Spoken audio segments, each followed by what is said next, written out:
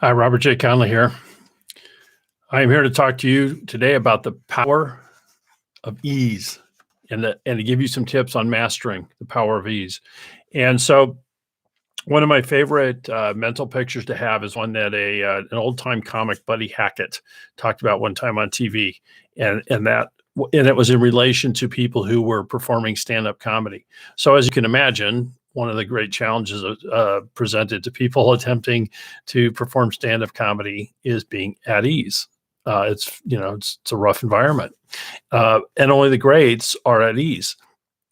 And what Buddy Hackett said was, picture every time you go up on stage that you're lighting your anxiety candle. And each time you're on stage, you're burning it down a little bit more. You're burning it down a little bit more. And so after, 20, 30, 40, 50 times on stage, your anxiety candle will be down to a level that it's not completely disruptive to your metabolism. And this is true with anything that we have in life. It's repetition can build a feeling of ease, that familiarity. And so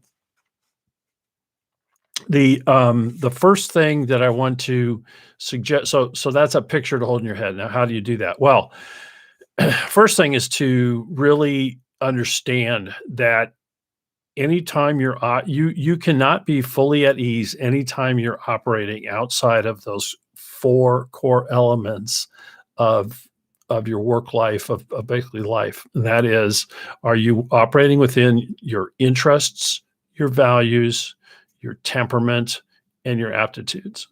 And any time that you're attempting to operate outside of those elements, especially for a prolonged period of time, you will never get to fully at ease. You will always have a nagging stress. And so the first step in a prolonged sense and a mastery of the power of ease is to understand yourself, understand your values, your interests, your temperament, and your natural abilities / aptitudes, and to operate within those. And those will keep you. You will have the ability to operate from ease. The next one is ignore the noise. And this is one of the things that NFL Super Bowl championship coach Bill Belichick always talked about was ignore the noise. And the thing to think about with the noise, and the technique that I've come to accept for myself is, and I think I found it to be helpful for others, is to just accept that there's always noise. So we disrupt our metabolism anytime we wish something weren't so, even though it is. And so, when we talk about ignore the noise, ignore the distractions, ignore the chatter.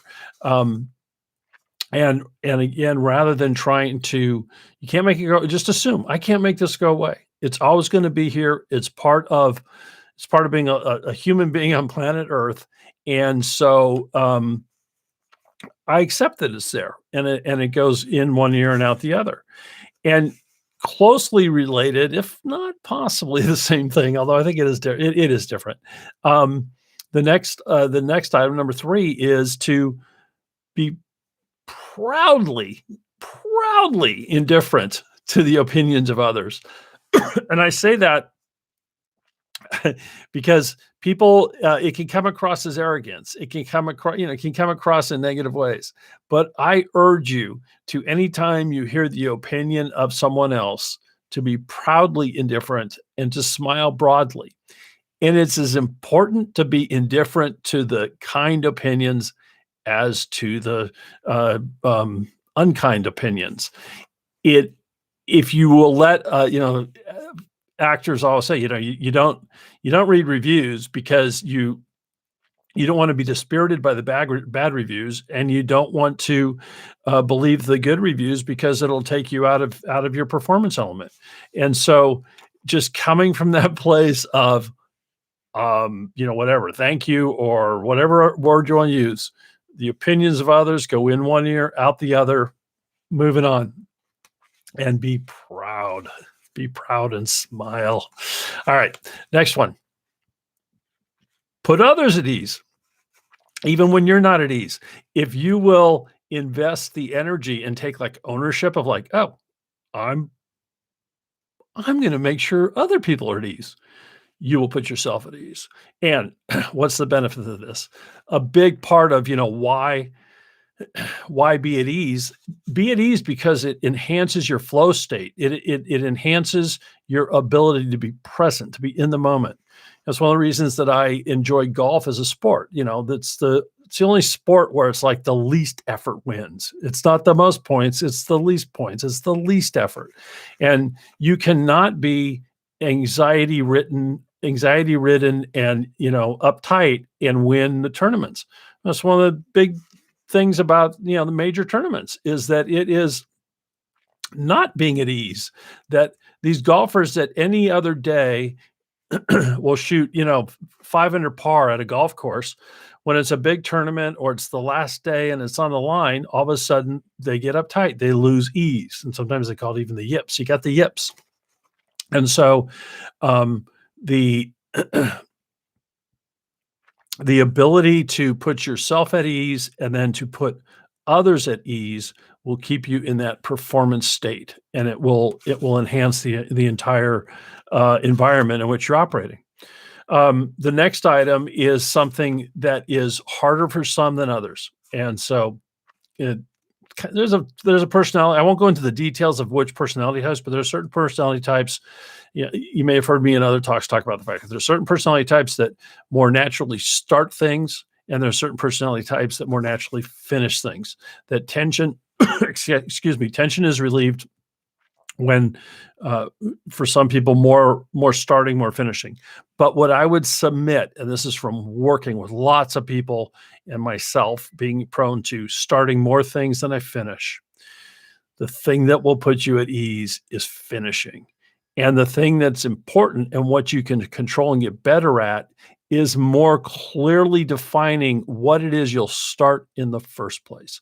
Is this meaningful? Does this fit in that box? Is it meaningful? Does it fit within my values? Is it of interest? Am I operating within my temperament? Am I operating within my natural abilities? And so start what you finish.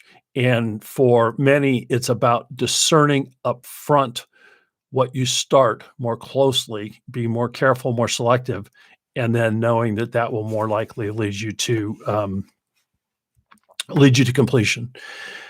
And so the final one, again, these are all related. But the final one also builds on what I just said and on the concept of operating within your four, the four key elements: values, interest, temperament, and natural abilities. And so being 100% clear of what that envelope looks like will enhance your ability to do the last thing I'm going to say, and that is grow your ability to say no. Again, some people are excellent at saying no, and some people are terrible at saying no. And when you think about that, picture the people if it's yourself, who's more at ease. The people say no. The people who are always frantic are the people that said yes to everything, and they're not at ease. And so one of the little brain retrainings to do is to teach yourself to, instead of default to yes, actually default to no. And that feels awful to some people, which is understandable when you look at the whole personality type, the complexity of personality types, that saying no can literally upset the biology. But if you have clarity on what it is you value, again, those things of what you're naturally good at, what's your prime zone, where are you at ease? And if you will work to that clarity on that, you now will have a greater ability to say no to the things that you really shouldn't try to be doing in the first place, and being able then to finish what it is that you start. I'm Robert J. Conley, and speaking of finishing, I am done, and I will see you next time. I hope this helped.